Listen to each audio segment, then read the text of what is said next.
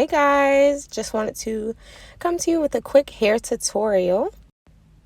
This client is getting individual goddess locks, which will have curls in between the locks. I'm going to be showing you how to get it done quick and easy and simple, and also pain-free for the client. There's no reason the client should be walking away with a headache and can't put their hair up in a ponytail. We want to make sure this is as tension-free as we can make it.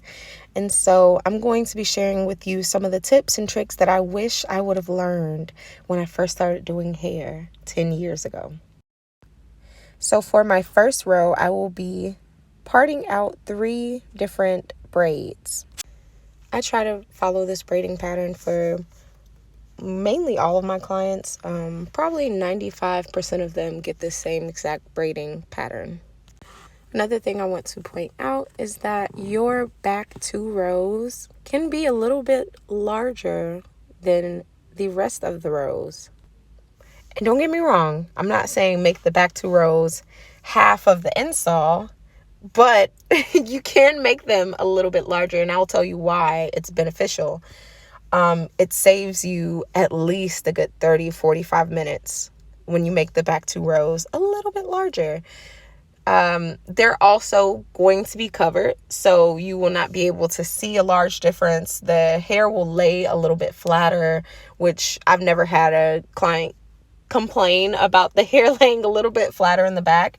And it also makes it super flat in the back when the customer puts their hair up into a ponytail or a bun, instead of it being really bulky in the back.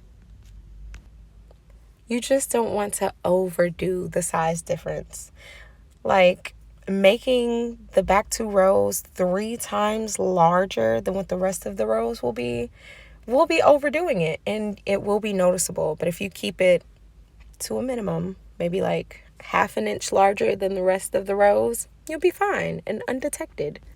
Another tip for making your faux locks look really good is to do the brick method when doing your parts, which pretty much means your parts are not going to make a straight line vertically, if that makes sense. You want to make sure that the locks are falling in between each other and not on top of each other. That keeps the locks looking flat. It keeps them looking full. You don't see as much of the client's scalp that way. It overall just looks a little bit neater. Another way that you can speed up the process of doing the faux locks is you can braid the client's hair about 3 inches down, and you don't have to braid the rest. So if the client's hair is 6 inches, you can braid half of it, like half of the length of the client's hair, and then you can just slick a little gel on the bottom. The gel will keep the lock from unraveling, and you can crochet the lock onto the client's braid. Something that I wish I would have known when I first started doing faux locks is that you do not have to crochet the lock at the root of the client's hair. When you add the lock onto the root of the braid, which is touching the scalp, you not only are adding unnecessary tension to the client's braid, you are also going to have a very bulky top of your faux lock. It'll also cause them to look a little bit stiffer coming out of the scalp, and they won't lie as flat as they would if you would do them a different way. The way that I do mine now is that I crochet the lock about 1 inch down from the client's scalp. So I am going through the middle of the braid versus going through the root of the braid. This is going to be a more tension-free way of adding in the locks. It's also going to look a lot flatter. The locks are going to lay a lot better than if you were to crochet it through the top. And the client will be able to pull their hair up into a ponytail or a bun because there is a lot less stress on the root of the braid. Most clients tell me that they can barely feel anything in their hair. They can barely feel any weight.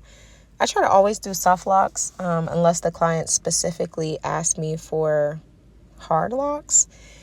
But also, that comes with knowing your client. Another huge tip is that not every client is going to want their faux locks the same. Even if it's a different style, they want them a different length, of course, a different color. Those are all the easy changes. But also understand how your client likes their edges out, how your client likes the locks to fall, if they want different parts. Do they like a lot of hair in the back and a little hair in the front? Or do they like a lot of fullness in the front and in the back? You really have to learn the type of client that you have. I promise not all of my clients are the same. I know to do 3 rows in the front for one client, and I know to do 2 rows in the front for another client. I know one client who wants her hair to have only 28 locks in it, and I have another client who wants 80. So you really have to learn the client's preferences. You can always ask for a picture. That's one of my favorite things to do when I have a new client. Show me exactly what you are expecting. I always like to purchase the hair for my client because they can send me pictures and they can go to the beauty supply store and get something completely different that is going to change the look of the locks. So I do always like to offer to get the hair and have them send me a deposit for the hair to be gotten before their appointment. I cannot tell you how many times I have had a client send me a picture, tell me they already purchased the hair, and then when they get there, I just have to make it work, and I have to explain to the client up front that this hair is going to look a little bit different than what you showed me in the picture. It's still going to be beautiful, but I want to set their expectations to know that this is not going to be the exact same look. Why do I say that? The wrapping hairs are different. If you do faux locks, then you have probably gotten your hands on a couple different brands of the wrapping hair that you use to wrap around the faux lock in the client's hair. I can tell you for a fact that Cuban twist hair is a little more coarse. It looks different. It feels different. It makes the lock look and feel a little bit stiffer. If you wrap too loosely with Cuban twist hair, your lock is going to look a little bit puffier, and after a few days or a few weeks, I guarantee that the client's hair is going to start coming out of the lock. Not literally falling out, but it is going to start peeking out of the lock, and you'll be able to see the client's braid underneath. Do I still use Cuban twist hair? Yes, unfortunately, and it is because I have some clients who just insist on bringing their own hair. And that's just one of the wrapping hairs that they bring in from time to time. One of my favorite wrapping hairs would have to be the free tress wrapping hair that they have. And it is usually for distressed or butterfly locks. But I like to use it for regular faux locks as well, or goddess locks, and just wrap it tight enough to where it looks silky and flat and it doesn't look very distressed. Also, it just feels better. It feels a lot more silky and soft on the client's skin. No one wants to feel like they have sandpaper rubbing up against them whenever their locks touch their arms or shoulders or face. So it's definitely one of the ones that I recommend. With this client, I wanted to go ahead and add in a few free tressed beach curls in between the locks. And that is because the client showed me a picture and I wanted to make sure it looked full just like the picture, but not heavy.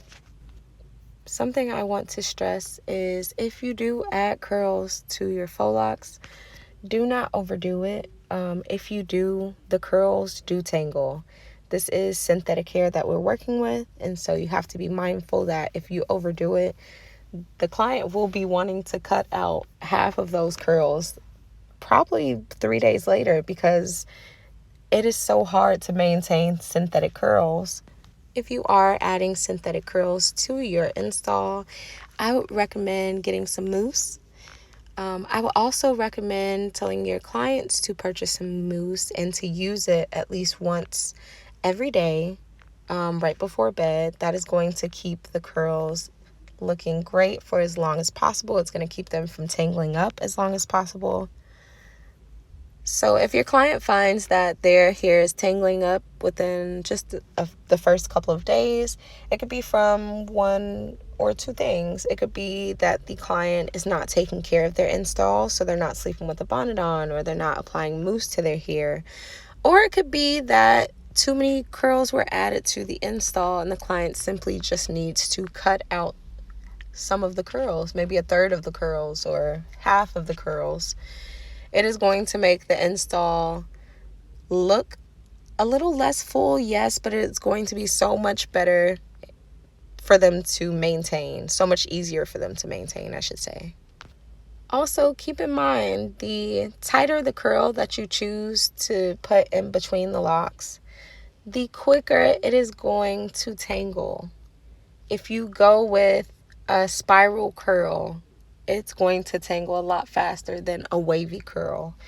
So I would always recommend letting the client know that. If they send you a picture that has really kinky curls in between the locks, I would just give them the option of using maybe human hair in between the locks versus using synthetic hair for that kinky type of curl. And the reason being, of course, it's going to last a lot longer if you do human hair or if you use a less kinky curl. Now, another good tip is when I get to the top of a client's hair, I like to go ahead and part it straight down the middle, so that I know if I do 3 rows on this side, then when I get to the other side, I know to do 3 rows. It's also a lot easier to make sure it's even. So if I do that first row of the 3 rows on one side with just 3 locks, I know to do just 3 locks on the other side versus just going from row to row. You can end up with some uneven rows. Something I really want to mention as well is that even if you are doing hair from home, customer service goes a long way. When I have a client sit in my chair, I am going to make sure that I give them that remote. It is not about what I want to watch. It is all about what the client wants to watch. I'm not even watching TV. I am listening to the TV at this point, and I don't care what I listen to as long as you're able to sit entertained for 3 to 4 hours during this install. If you're a client that likes a lot of small talk, girl, let's small talk about this TV show. Tell me all about it. Tell me what else you've been watching on Netflix or Hulu or YouTube. We can put on some music, and I'm not going to be the one to pick out the music. I'll give suggestions if you want them, but it's all about you. I always make sure I got bottled water in the fridge and a couple warm ones for those clients who don't like cold water. I like to make sure I have variety packs of chips, any snacks. I got candy.